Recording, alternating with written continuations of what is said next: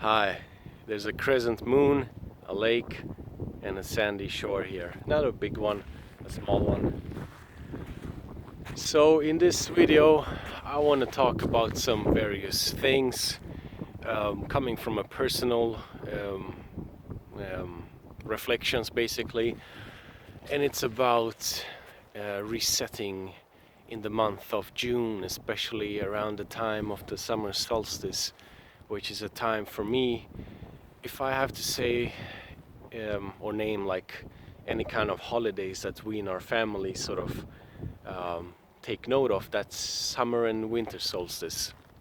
And it can vary from year to year of how much effort, for example, we do or I take personally.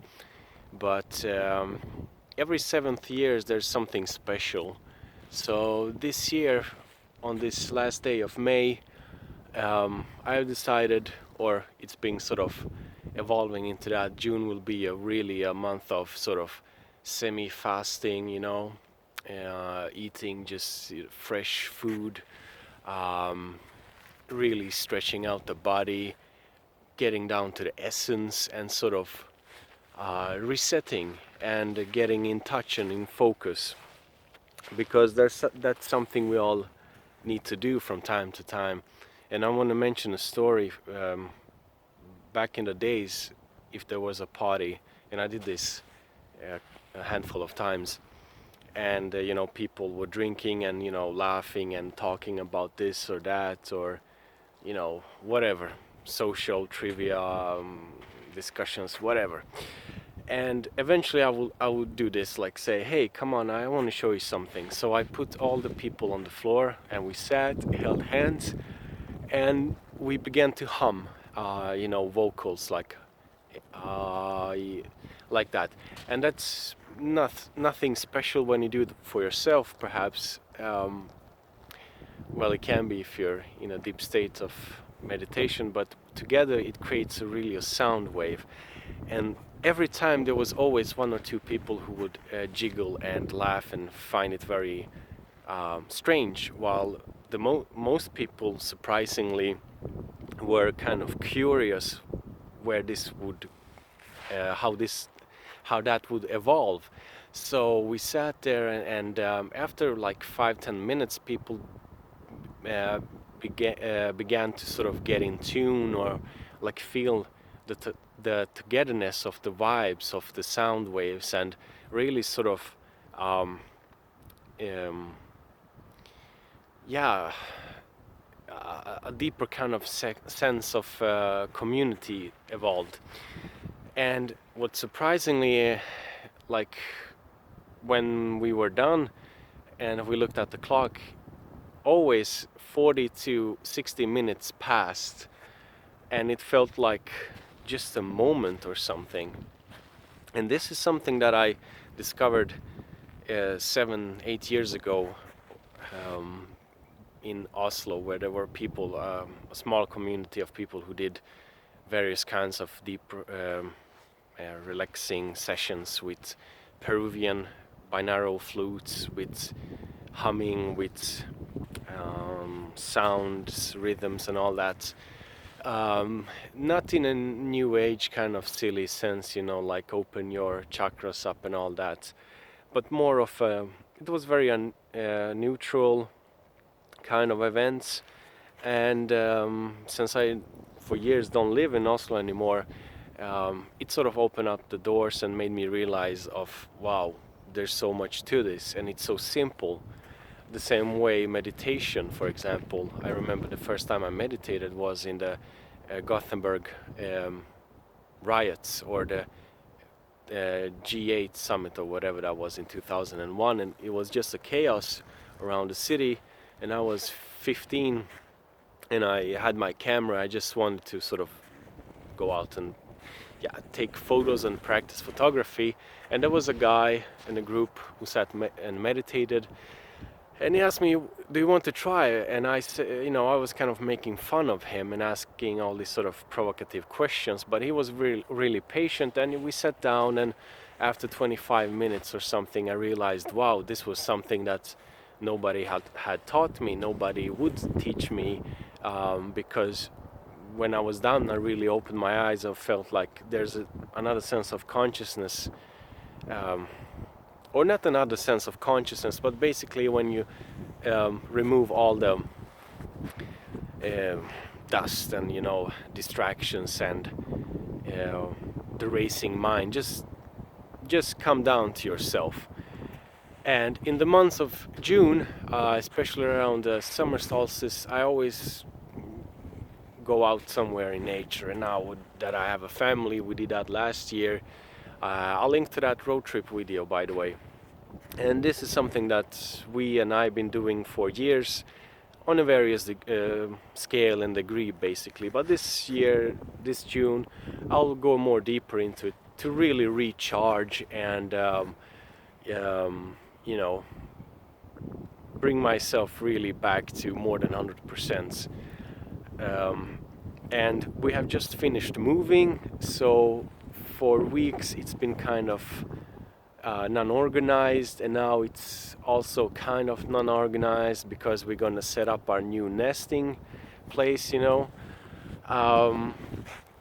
that feels really great. And another thing, I remember when I came back from a long journey and before the homecoming I was sort of off grid, basically, and when I came back to the apartment and all that, I really heard and sensed all the vibrations, the electrical vibrations, or I sensed there was so much sounds and noise going on. And we have so many noises, cars, electrical energy going around, and I'm not saying that's sort of dangerous or destroys you, but when you head out into nature for some time, you really get down to your own presence, to your own clock, to your own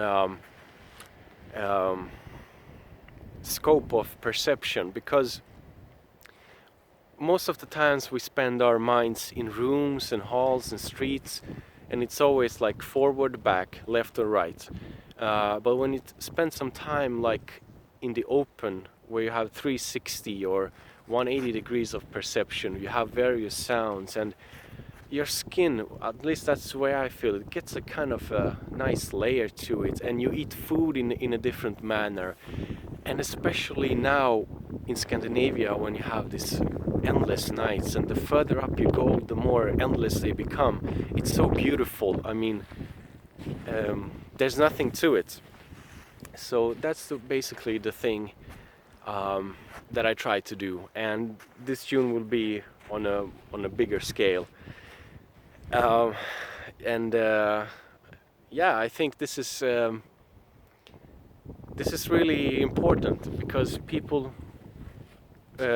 as a family man, you meet other family people, and people, for example, spend a lot of money on their apartment, on every detail, on every piece of clothing, on their cars and all that, but they don't seem to spend so much time on themselves. And when they do, it's easy to fall into this sort of quick commercial mindfulness, new age kind of thing, the laws of attraction and all that kind of surface-based understanding and promotion of those ideas, and they can function as a portal, as a gateway, I guess. But in our case, for example, I paid for an old car with some repairs and all that, say 1,500 euros. And instead of, for example, buying a car for 15,000 or 20,000 euros, even if you put that on a payment, on a monthly payment, I still saved up so much money, which we can do a whole lot of other things on. So I can basically use the car to get out in nature more often, and to sort of not worry about the economical aspect, because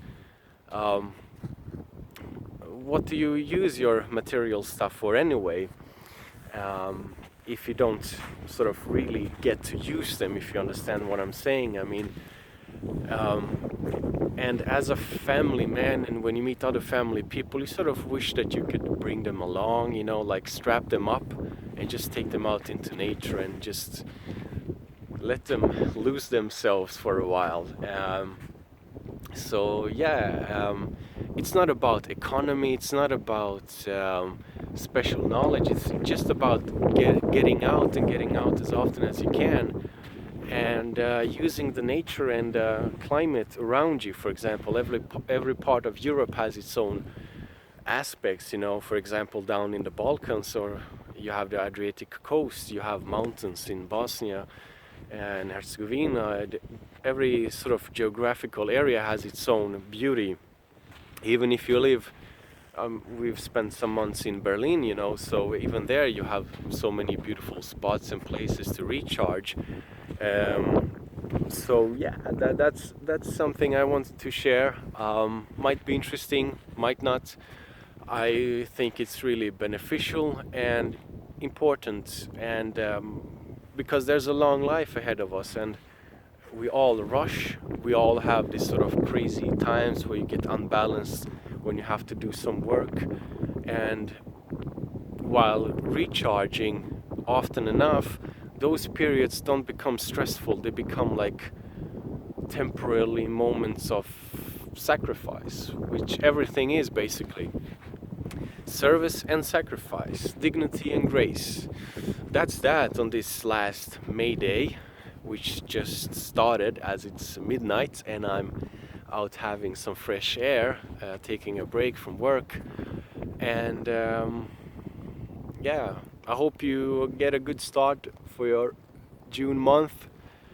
And it's gonna be a beautiful, exciting thing to reach the climax of the year. And hopefully that longest day will bring some open skies and sunshine. And yeah, that was that. Some thoughts. Take care and all the best. Ciao.